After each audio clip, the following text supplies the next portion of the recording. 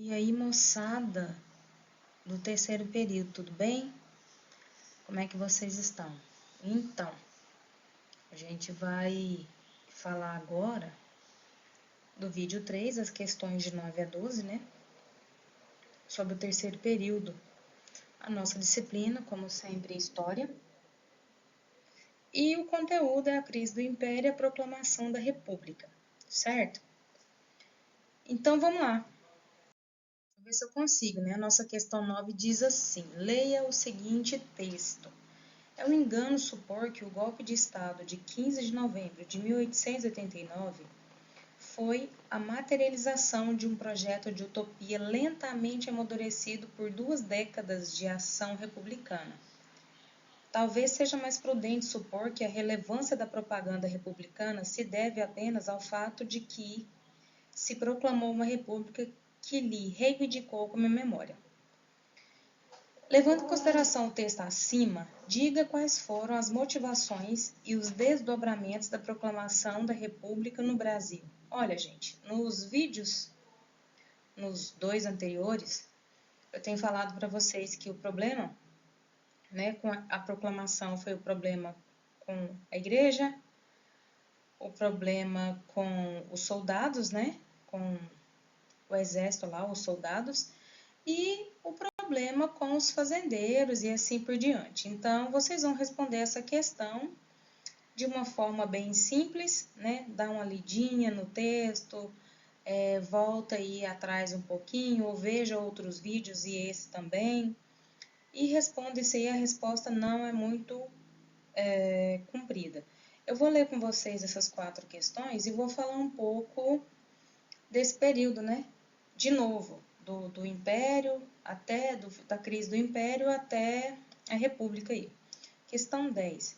No período chamado de crise do Império, a partir de 1870, vários fatores contribuíram para provocar a queda da monarquia. Em 1889, quais fatores se destacaram? Então, a diferença do de cima para o de baixo é que o desdobramento aqui, nós tivemos o Marechal Deodoro aí que, né, com toda a insatisfação, ele ficou no poder, ele não era republicano, mas, né, ele já pediu a república aí, e aí pediu a república sim, né, com ele no poder já foi a queda do império. Então, os fatores aqui que levaram à crise do império foram esses que eu te falei aí na questão anterior, certo?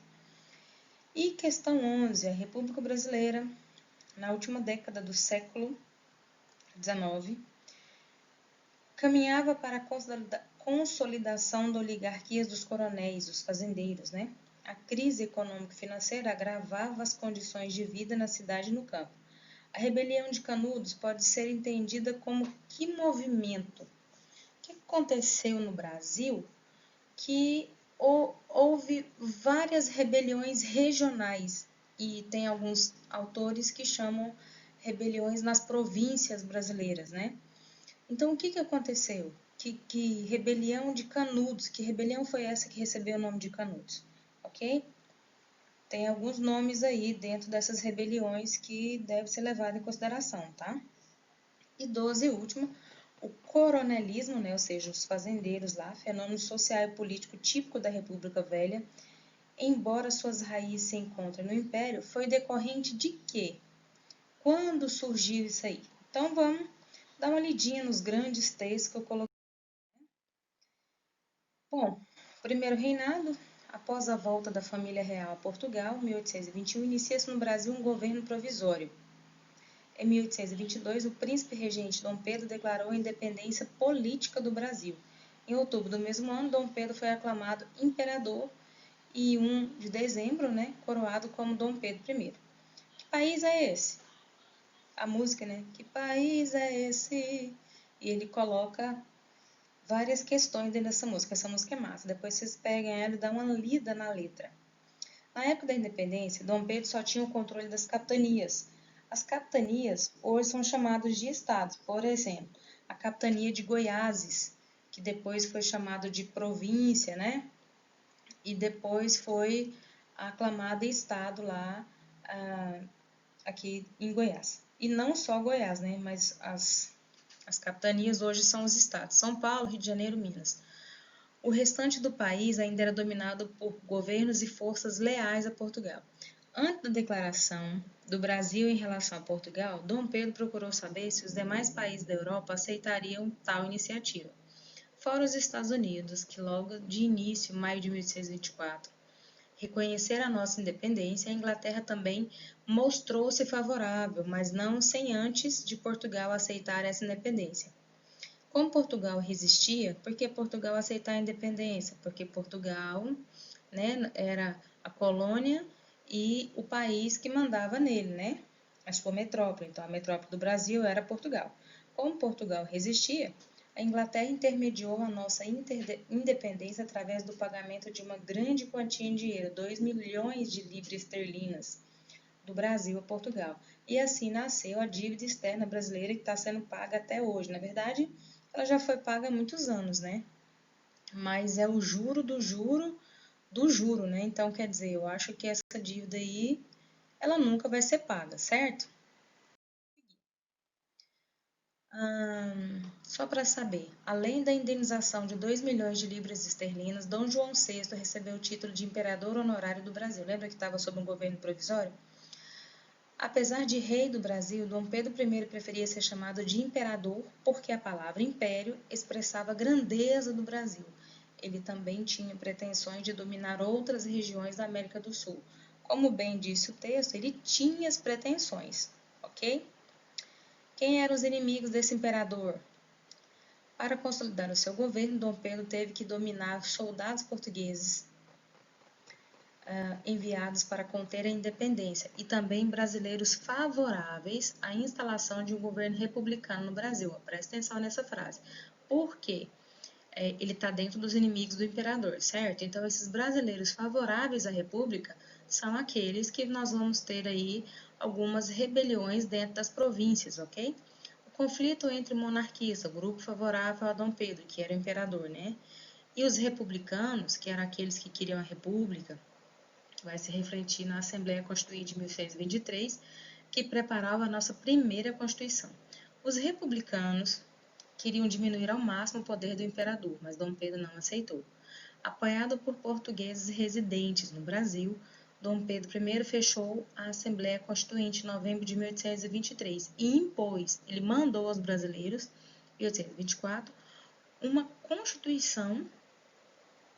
Ele colocou em cima dos brasileiros uma Constituição que lhe dava amplos poderes, ou seja, ele era o poder.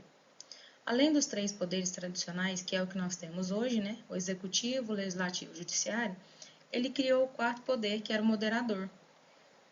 Que poder é esse, professora? Que ele não funciona hoje, que lhe dava o direito de intervir nas decisões do legislativo, do judiciário, né, e do Executivo. Então, o Legislativo é a Câmara dos Deputados e Senado, o Judiciário é a decisão dos tribunais juízes, e na prática, então, o imperador aí, que era Dom Pedro I, tornava-se um monarca absolutista à moda antiga, ou seja, ele era o poder era ele, o poder estava nele. Então, quer dizer, tinha aí os outros 3 poderes. Ele era o 4º moderador, mas na verdade esse moderador era o soberano, né? Então, ele se absolutista aí à moda antiga, certo? Só para saber. O que é isso só para saber? Uns pontinhos interessantes. A Constituição de 1823, que não chegou a ser promulgada, era também chamada de Constituição da Mandioca. De quê? Da mandioca? Oxe, porque os deputados que a elaboraram eram, em sua maioria, grandes proprietários de terra e escravos. Legal, né? Eles decidiram que o voto no Brasil seria censitário. O que é isso? Só votaria quem provasse que era rico. Ou seja, censitário. Hoje, quando a gente fala de fazer, buscar dados censitários, as pessoas vão na casa das outras, né? Geralmente é o povo do IBGE, e perguntam o nível de escolaridade, quantas pessoas tem, qual mais ou menos é a média da renda familiar. Então, isso são dados censitários. Então, só poderia votar aqui quem era rico. Como a maior parte da população vivia na zona rural, foi estabelecida que a mandioca seria a medida de riqueza dos eleitores. Segundo essa Constituição, Para votar em deputados era necessário ser cidadão ativo, adulto em condições de trabalho, e que possuísse uma renda anual equivalente a 150 alqueires de mandioca. Bota mandioca nisso, hein, gente? No caso da votação em Senado, o eleitor deveria ter uma renda equivalente a 250 alqueires de mandioca. Para ele próprio ser candidato, a renda tinha que ser ainda maior. 500 alqueires de mandioca para ser deputado e 1.000 alqueires para ser senador. Ou seja, antes, nessa época aqui, só entrava na política os mega endinheirados. Só que se você prestar atenção, todos que estão lá na Câmara dos Deputados, na Assembleia Legislativa, né, são pessoas ainda nesse nível. Então, não se engane se você pensar que lá só tem gente pobre, não, senhor, tá? Gente pobre, não tão pobre assim, tão um pouco mais embaixo, porque os grandes mesmo, eles estão lá em cima. Eles estão filhos, estão netos, entendeu? Então, esse negócio de política aí, e um QI, que abre aspas aí, é o quem indique, feche aspas, você já entra na política lá em cima, você não passa por essa parte de baixo não, viu? Então, continua. A Constituição da Mandioca não passou, pois Dom Pedro fechou a Assembleia Constituinte de 1823, impôs, outorgou uma nova Constituição, que era de 1824, que dava a ele o quarto poder, que era o moderador, e ao seu gosto, o voto censitário foi mantido. Será que ele era besta? Ele queria manter toda a nata da sociedade amiga dele, né? Então ele não podia cortar esse privilégio aí, e que a nata queria. Então vamos lá. 1821, antes da independência, teve início em Pernambuco, olha o primeiro movimento, um movimento exigindo a separação do Brasil e Portugal. Foi organizado um governo provisório na cidade de Goiânia, ficou errado aí, com pessoas que haviam participado da insurreição pernambucana em 1817, tropas portuguesas foram expulsas do Recife, então começou já uns movimentos republicanos aqui dentro do Brasil, né? Ou seja, os autores vão falar que são províncias, não vai falar que foi nos estados, foram nas províncias. Esse é Goiânia mesmo, viu? Na cidade de Goiânia, desculpa, não é Goiânia não. Esse movimento foi combatido e o governo republicano de Goiânia foi deposto em setembro de 1822. Em dezembro, Recife reconheceu o governo de Dom Pedro I e a elite pernambucana. E quem era a elite, gente? Os latifundiários, que são os grandes proprietários de terra e escravos. Passou a participar da Assembleia Constituinte, que estudava um projeto de lei para o Brasil. Com o fechamento, lembra que o imperador fechou, e a imposição aí da Constituição de 1824, os pernambucanos voltaram a desejar um governo republicano. Várias províncias nordestinas, que eram chamadas de capitanias, Pernambuco, Ceará, Paraíba e Rio Grande do Norte, se uniram e formaram um movimento contra Dom Pedro e a monarquia brasileira. Foi chamada de a Confederação do Equador. Uma república nortista. Então vamos, a causa da revolta foi a nomeação de Dom Pedro de Francisco Paes Barreto como presidente da província de Pernambuco. Hoje falamos governador, tá? Recife e Olinda não aceitaram essa nomeação, pois queriam alguém da região.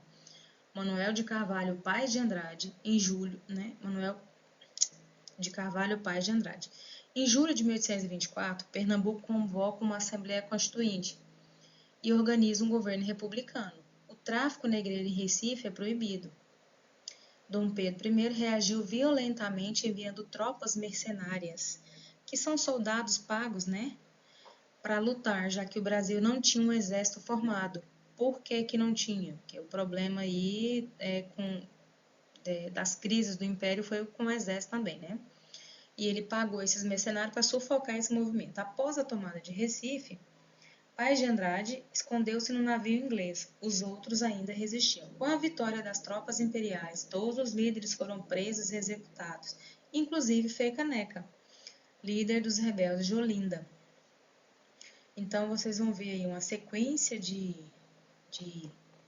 revoltas, uma sequência de movimentos e a execução. Quando a gente assiste filme dessa época, de impérios, de imperadores, de soldados, monarquia e tudo, gente vê que sempre eles são executados. Então, hoje a pessoa vai presa, tem não sei o quê. Não, antes era execução. Aconteceu alguma coisa, aconteceu um crime, aconteceu um fato e era contra quem estava no poder, é execução. Então, vamos para a independência da Cisplatina. O que é isso?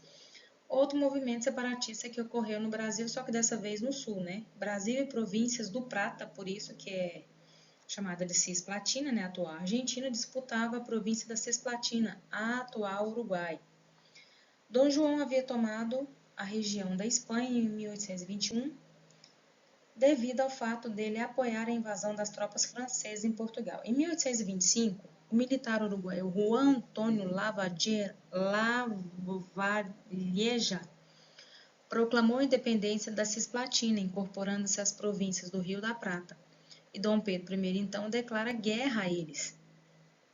Essa guerra a eles aí termina em 1827, após milhares de mortos entre brasileiros e platinos, sem que ninguém vencesse. 1828, Brasil e Argentina aceitaram a independência da Cisplatina e passou a se chamar República Oriental do Uruguai. Também ficou acertado que o Brasil e a Argentina teriam livre acesso pelo Rio da Prata e que a futura Constituição do Uruguai deveria ser aprovada pelos governos do Brasil